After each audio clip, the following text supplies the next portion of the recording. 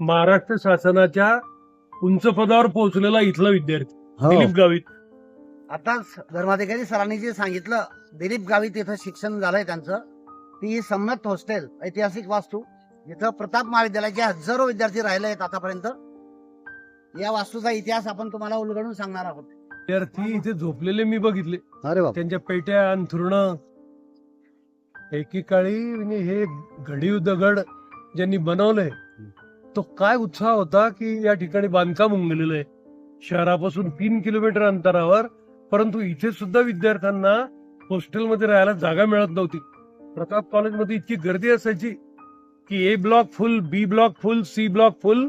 आणि आज शेवटी या ठिकाणी त्यांची निवास व्यवस्था केली जायची. परंतु आज माळरानावर एकटं पडलेलं, विराण माळरानावर पडलेलं एक घर म्हणून ते राहिलेलं आहे. बापूसाहेब, मी अजून अनुभूती सांगतो. इथं या ठिकाणी माझा एक मित्र राहायचा आणि हे बिचारे कुठून यायचे? जळगाव, मोलगी, अक्कलकुवा, खापरकडचे. ज्या मुलांना तिथे सुद्धा हॉस्टेल मिळायचे नाही अशी आदिवासी मुलं या ठिकाणी राहायचे. या ठिकाणी बाहेरच चुलीवरती सामूहिकरित्या स्वयंपाक करायचे.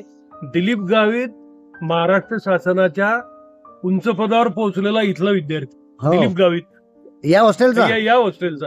काय आठवण सांगितली दिलीप दादा? गावित मला माझी अजून आठवण काढतो. मग दिलीप गावितांशी कॉन्टॅक्ट करता येईल आपल्याला? अरे दिलीप गावितला भेटलो पाहिजे कुठेतरी आपण. कुठल्या पदावर असतील ते? तो तर म्हणजे फार उंच पदावर चालला गेला होता अगदी. म्हणजे या हॉस्टेलचा रहिवासी, या हॉस्टेलचा रहिवासी इथं अभ्यास केला. आणि BA इंग्लिश इथून झाला प्रताप कॉलेजमधून. वा वा वा, असे अनेक विद्यार्थी असतील. हा, अनेक विद्यार्थी घडलेत. हे आहेत प्राध्यापक डॉक्टर धर्माधिकारी सर, ज्यांनी 5 दशके शिक्षणाची सेवा केली प्रताप महाविद्यालयात. आणि ते इंग्लिश विषयाचे महान तज्ज्ञ, महातज्ञ म्हणतो. त्यांचा हात कोणी धरणार नाही असं आम्ही पाहिलेलं आहे.